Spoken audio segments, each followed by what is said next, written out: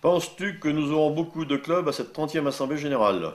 Et écoute Michel, moi ce que je vais te dire une chose, c'est que je souhaite effectivement que nous soyons le maximum, parce que d'une part vous le méritez bien, ça fait la troisième fois que vous allez organiser cette Assemblée générale de la Fédération nationale, donc je souhaite que nous soyons le maximum. Que retiens-tu des 30 ans de présidence? Ouh là là, alors voilà une question dont je pourrais parler toute l'après-midi.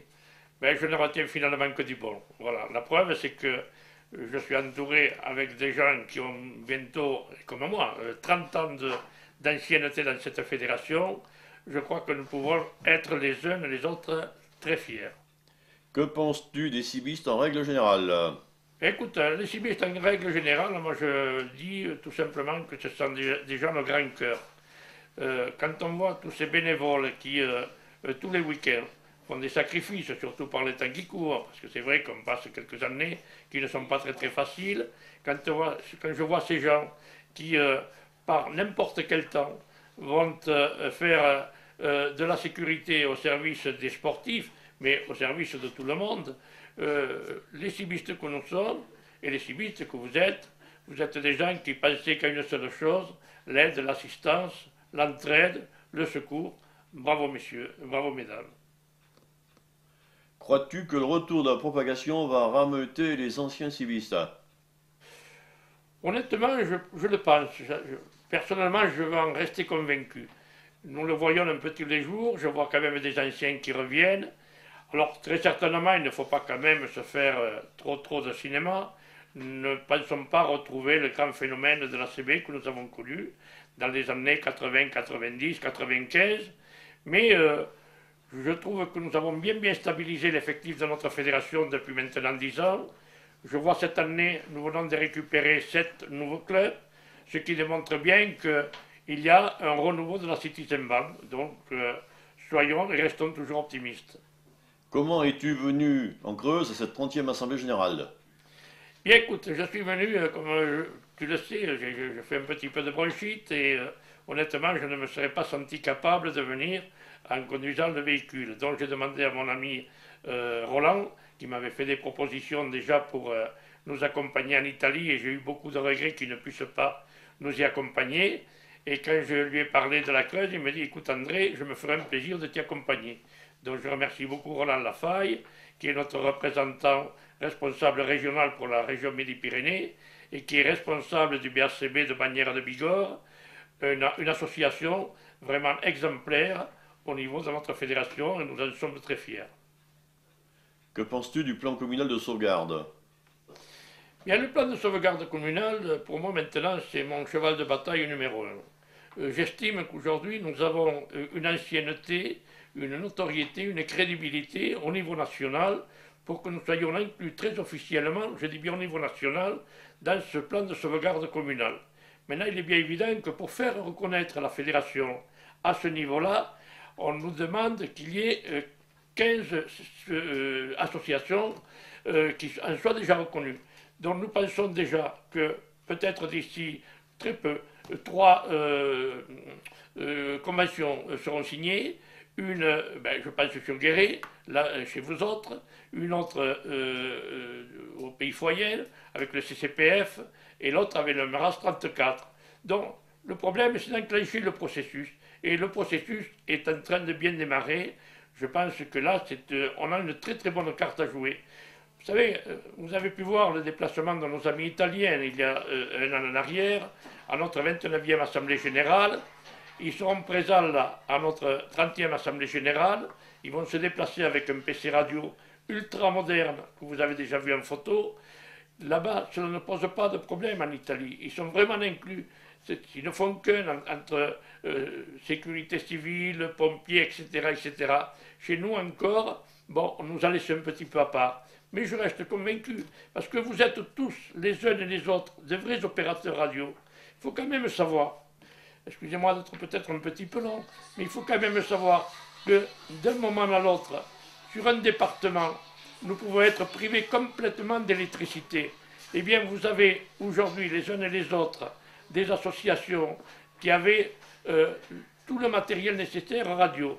un parc automobile qui est à votre disposition, puisque c'est vos voitures personnelles. Vous avez également des groupes électrogènes. Donc, ce qui veut dire que même si nous n'avons pas d'électricité, nous pouvons assurer la radio en complément, bien sûr, de tous les autres systèmes officiels. Je vais vous dire une seule chose. Vous savez, moi j'apprends tous les jours sur le terrain. L'an dernier, par exemple, à Montagnac, le chef de brigade qui me disait, il me disait ça devant Gérard qui fait partie également de la grande maison, c'est-à-dire de la gendarmerie, ou qui en faisait partie puisqu'il vient de prendre la retraite. Et ce monsieur me disait, écoutez, monsieur le président, si demain nous n'avons pas d'électricité, mais nous n'avons plus de moyens radio, nous n'avons plus ni de téléphone, nous n'avons plus de système radio avec les Internet, etc., etc. Donc il faut rester très très confiant et continuer de se battre pour ce plan de sauvegarde communal. À ton avis, crois-tu que les hommes politiques ne se moquent pas de nous? Je ne dirais pas ça, vous savez, moi je vais rester philosophe, parce que c'est vrai que je suis, et plus je prends de l'âge, plus je deviens philosophe. Bon, c'est vrai qu'on nous a fait beaucoup de promesses, alors est-ce que ces gens-là n'ont pas pu les tenir, ou est-ce qu'il y a eu des barrages? Je présume qu'il y a eu quelques barrages. Mais vous savez, il faut laisser le temps au temps, mais il faut garder tous ces gens-là sous pression. J'ai rencontré pas mal de monde, encore vous le savez, cette année, nous nous sommes déplacés une fois avec Gérard au mois de juillet, où nous avons rencontré M. Damien Abad, député européen, qui m'a promis de prendre en charge ce dossier. Devant moi, il a téléphoné à son confrère, M. Jean-Marie Cavada, qui est le vice-président d'un parti politique que je ne vais pas nommer, parce que, vous le savez, nous, on est une fédération complètement apolitique, et nous resterons apolitiques. Bien, le 5 septembre, je me suis déplacé à Paris, avec encore un responsable du département DPO qui fait partie de la police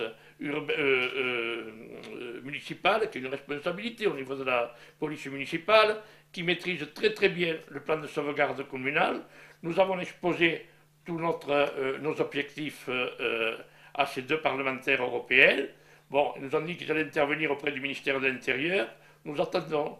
Mais n'ayez pas peur, nous allons continuer, nous autres, de nous battre là-dessus. Et puis, il y a un autre sujet également que je souhaite que l'on parle, peut-être que tu me poseras la question, c'est le statut des signaleurs. Ce statut des signaleurs est complètement aussi à revoir. J'espère que tu seras encore 10 ans président. Bien écoutez, je vais vous répondre très très très franchement, mais comme je le fais d'ailleurs chaque année, je suis démissionnaire chaque année, comme vous le savez, et je n'ai qu'un souhait que quelqu'un prenne la relève. Alors même si quelqu'un ne voulait pas prendre la relève à 100%, parce que je sais très bien que la relève va être très difficile, mais comme je l'ai dit déjà depuis 2 ou 3 ans, je souhaiterais qu'il y ait un postulant et qu'il me dise, tonton, eh bien je vais postuler en tant que coprésident. Je souhaiterais bien sûr qu'il s'engage à venir passer une dizaine, quinzaine de jours, peut-être voire même plus, à la maison, sur des périodes de 48 heures ou 3 jours, etc., pour qu'il puisse prendre conscience du travail qu'il y a à faire, parce que c'est vrai, il y a quand même un travail important à faire, un peu tous les jours, et au moins cela me libérerait un petit peu en me disant, bien dans 1 an, dans 2 ans, on aura quelqu'un qui prendra la fédération à 100%. Mais voilà, mon désir, honnêtement, je vous le dis encore une fois, eh bien, c'est de passer la relève, parce que je vais faire mes 72 ans, et je n'ai plus la vivacité qu'il y a 30 ans en arrière. Bien, écoute, Michel, je te remercie déjà, ainsi que ton conseil d'administration, et bien sûr tous les membres du RCC Guéret, de nous avoir invités à votre Assemblée Générale. Ça nous fait vraiment plaisir d'être présents avec vous. Je souhaite bien sûr que cette Assemblée Générale soit d'une très très grande réussite de même, je n'ai aucun doute là-dessus. Et puis, je souhaite bien sûr que notre 30e Assemblée Générale soit vraiment une grande apothéose, mais là c'est pareil. Je pense que vous allez avoir des surprises aussi de votre côté. Merci beaucoup à vous tous.